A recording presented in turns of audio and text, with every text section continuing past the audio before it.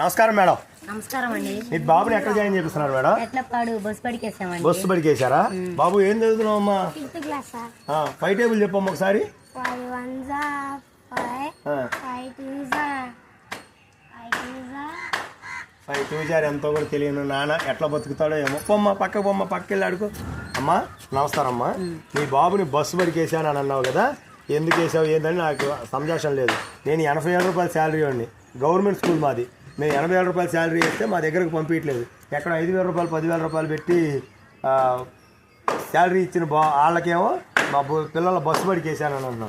ఇందాక 5 ఎక్కువే రాలేదు. మా అబ్బాయిని అదేమంటే నువ్వు బస్సు బడికి వేసాను సార్ అని అన్నావు. సరిపోయిందా అమ్మా? ఇక్కడి నుంచి అయినా కానీ మీలో ఉన్న అపోహను తొలగించుకోండి అమ్మా. ఖచ్చితంగా మా స్కూల్కి పంపించండి అమ్మా. పంపిస్తామండి. ఇంగ్లీష్ చెప్పరు కదండి. నెంబర్ 1గా చెబుతామమ్మా. ప్రతిదీ ఎక్స్ప్లెయిన్ చేసి చెబుతాం.